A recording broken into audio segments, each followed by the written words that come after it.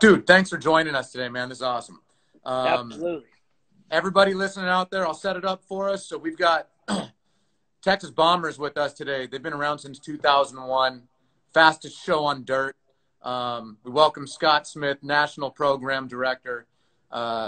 Bombers, success is excellent. They've been winning national championships for a long time at all age groups. Since 2009, I think they've plugged over 600 girls into a college program. They do a great job with that. So we're pumped to have the guy who kind of runs Bomber Nation with us today to talk softball. They're, good God, across 15-plus states, 120 teams. How are you, man? How's everything? It's good. It's good, man. I don't know about all that build-up right there, man. But certainly, man, it's really cool to be on with you and talking softball, bro. Like, I think everybody on here is probably itching to play. But right now we get to talk about it, and we get to talk about what we're doing while we stay ready, which is your cool hashtag. And I think that's the fun thing about today. That's right. It's, and that's what we've been doing. We've been talking to college coaches and some travel guys, and it is about staying ready. The country got shut down. We got the coronavirus going on, and I think we're coming out of the weeds here in some of the places. I know you've been itching to get back, and Texas you guys have made some plans, some adjustments, and it's moving in the right direction.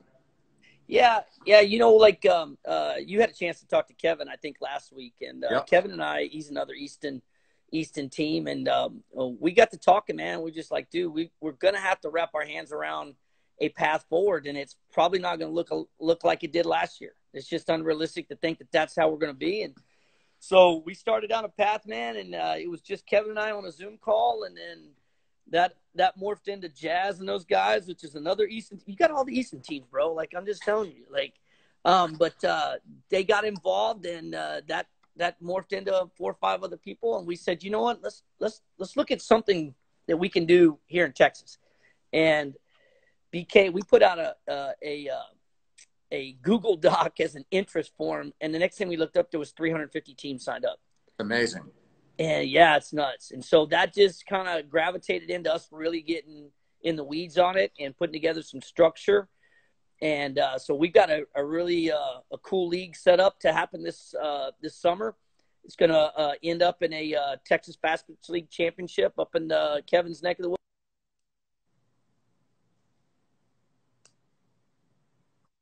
Getting on here. Yep. So we're going to end up in a championship up there, and we're going to keep stats. There's going to be a home run champ and, a pitching. We'll keep track of who's leading the league in pitching and those kind of things, have players of the week each week. And when we get to Dallas, we're going to play it out like a College World Series format. Every team that's in our league makes it to the championship, and you get seeded how you finished during the league, and that's how you get planted into your little mini regional, which is going to mimic college softball. And the top 16 will move on to the supers, and then they'll move on to the championship. And it's kind of taken off. Like Ryan Taylor and those guys out with Demeradiation. I saw that. Those guys just announced the Heart of America League, which has got 20 states. So we're connected together. There's some stuff happening around that's not necessarily connected to what we are, but we're certainly in line with the Heart of America Conference. And there's some really cool conversations taking place with some other states that I think there's going to be a cool byproduct that comes from this when it's all said and done. Yeah, I love the idea, and I watched your guys' press release a couple weeks ago when you guys were all on Facebook Live, and really cool info. And, I mean, you could be a team like your 18 Golds, right, that are handpicked, been around a long time. They played for you. They're really good, but it's a point-based system. So a team who just started has the same chance to move on as you do. It's really a cool format, and that was one of the things I was going to mention. I saw this morning, the Heartland Conference, and then I think I saw one starting in Tennessee Mojo guys starting one out there in like the South. So this concept is taking form. Cool. Yeah. Ours was really rooted. I obviously I'm fortunate. I get to interact with a lot of teams, especially inside our own program. And I think there's a lot of inequities in softball. I think about where we were 10 years ago, and we were grinding, man. We were trying to prove to everybody we could play. And I think the system today is a little bit off, and that hardworking, grinding team that's wants something to prove sometimes doesn't get its chance to get on the best fields or to get on the best environments to be able to showcase what they can do. And the coolest part about the TFL and the Heart of America Conference is we're both in line in this, is that teams start at 0-0. And I'm in no better position than the team that's just coming on, and we have the same opportunities. And at the end of the day, our play on the field is going to dictate where we land and where we finish, but our opportunities are identical. And I think that's the only fair way to approach it. And, I think at the end of the day, once we do that, we will have a legit ranking system that we can come out of the summer with that helps us facilitate what it can look like in the fall and so forth and so on. And so I think this has legs, bro. And I think we're excited about what it can be.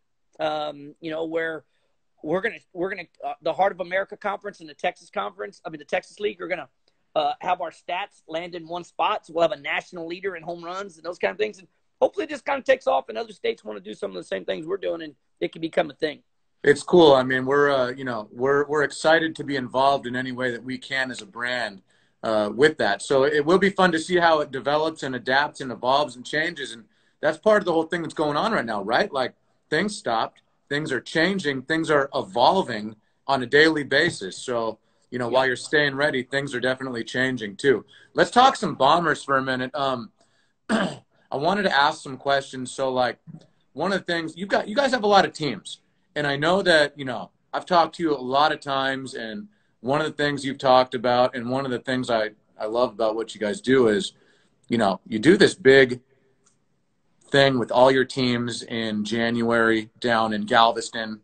You bring them all in, and it's kind of like a mini spring training for all of your coaches. You bring them in, you teach them the Bomber way. It's great for camaraderie. Mm-hmm. And I know you develop within the program as well. So your team's 10U up to 18U, they're all over. I think you do a really good job of bringing the kids up through that organization, kind of like a farm system. It all seems to me sort of like a major league approach. Right. Talk about that and how you develop talent from within.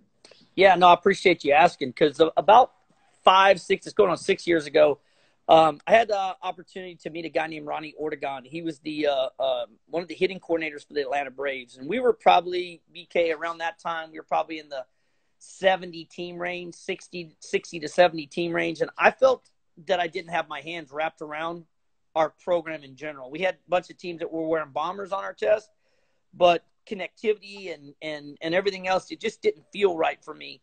And we had an opportunity to sit down with him and talk through, like, hey, man, like, take me and help me understand some adjustments we could make inside the Bombers program that would help us mimic a minor league baseball model.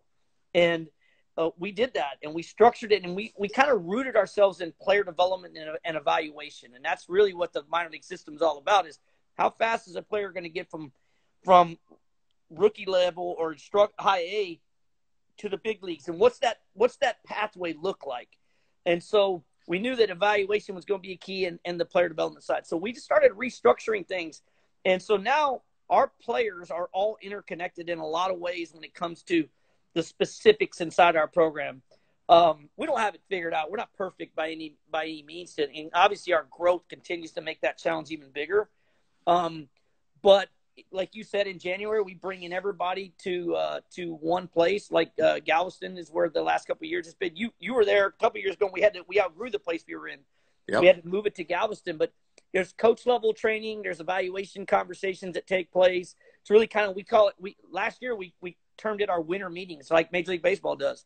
We have vendors that come in and talk to our coaches and really just kind of talk through the complexities of what we're dealing with as a group, and find a way to grow better players. And I will tell you, I don't think it's any coincidence that 5-6 years ago is when that started. Now where we are today, we've got teams inside the top 5 in every age division. And that has been a byproduct of a lot of really hard work by coaches, obviously players putting in the ton. We have great players.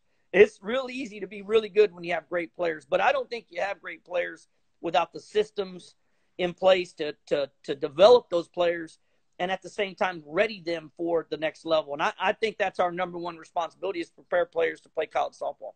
That's right. And I mean, good God, I sit through your presentation and I don't even know how many girls were up there this year. 60, 70. It was crazy, never ending cycle. And fun. All different levels of colleges. I mean, you had girls going to JUCOs, to Power 5 conference schools. And I think it's great because it shows that travel ball, while there is this high level of premier platinum play, whatever it is, there's a place for everybody to make it here. And Yeah. there's coaches that care about all those players and organizations that care. And you guys are one of those organizations. So I kudos to you guys running a great program. Yeah, I appreciate it, man. Like, there's so many hardworking people involved. Like, I think people ask me a lot about how we do it, and it was never by design. Like, it was two bomber teams started in New Braunfels, Texas, is where it really what it started from, and there was never a design to be as big as we are. There was never a plan. There wasn't a business plan laid out. It's okay, we're going to do X, Y, and Z to get from point A to point B. That was never the case, and you know, my time in the military kind of proved a couple things to me when it came to the way I operate and negotiate the waters that we call Bombers Fast Pitch, is that there are going to be people coming in and out of positions at all time. It's always a very fluid process. You know, in military, you get stationed one time, and next thing that person gets moved somewhere else, and there's another person that fills that spot. What did not change, and it's the basis for who we are, but what does not change is the standards in the military. Those are the standards, and people want to plug into that for a reason. And that's been the kind of what we're built on. That's the groundwork for Bombers Fast Pitches. We don't act like we do it better than everybody else. You're about to have a couple people on behind me here in a little bit that I look up to. Bruce and Sean and those guys are incredible. In fact, they're the standards for a lot of things we try to set our goals at. And we try to bash each other's brains in every time we get a chance to play one another. Problem is they've been bashing our brains in a little more than we've been bashing. But they're great people. They do it right. And so I think that's just the cool part about what we're trying to do here, for sure. I do. And I'm glad you brought up the military thing. We have a few minutes left. And, you know, I wanted to mention, you spent 28 years in the military. One of the things your club is known for is wearing really cool, unmistakable military-themed uniforms. And you've got your charity for the heroes, which I think is a beautiful thing. I think it's just a class act. It's really cool. Touch on that real quick. Yeah, I appreciate it, man. So it's about 6 years old. We started with just my team, and we thought there would be a really cool way to honor, you know, fallen soldiers that had been lost in combat. And I felt like that, you know, I say this all the time, like a lot of kids today, kids on my team, we've been at war as long as they've been alive. Like, they don't grasp the fact that there's an 18-year-old right now bounding on the enemy in the Middle East taking fire. And you and I are kicking around talking on Instagram. Like, they're on Snapchat or Twitter. They become so numb to that. And then someone they know or someone they heard of from their hometown is lost in combat. That was much more prevalent 6 years ago than it is, say, today. And that's a good thing. But what we did was we said, you know what, let's start with my team. And we just created a uniform. We put the name of a fallen soldier on the back of their jersey. And we made it specific from the area that they lived in, the player. And we made them research them. And they were coming back saying, oh, my God, my uncle went to school with his dad, and he married his high school sweetheart, and so forth and so on. And it was powerful. And I saw that. Bro, when we walked in, I'll never forget it. We walked into the ballpark in Houston, Texas at Spring Klein, playing in the Ronald McDonald tournament. And we were wearing those uniforms, and they were so drastically different than our Bomber uniforms. They were trying to figure out, what are they wearing? Then they started looking at the back. And those same players were from some of the same areas that people lived, and they knew the name. Yeah. And we had moms coming up to us crying and just thanking us for honoring them. And what it did was it turned into a movement. And now every Bomber team wears that. We've got colleges that are part of our For the Heroes program. We have a high school all-star game that you helped us kick off last year. And it's big. It's bigger than me now. It's so cool. I ain't even in charge of it anymore. There's a chairman. I'm on the board of directors, but it's way bigger than me now, and it's so cool. That's right. And it's one thing that you always mention at your big banquet. You said, you know, we play for something bigger than softball. And Absolutely. Softball is great, but there are other things, you know. Absolutely. I love the way that you do it. The Bomber Nation, man. I mean, is that real? Is the Bomber Nation real? It's real, right? It's a real thing, man. Like, I think a lot of people toss out the nation thing a lot, but I think it really is a real thing here.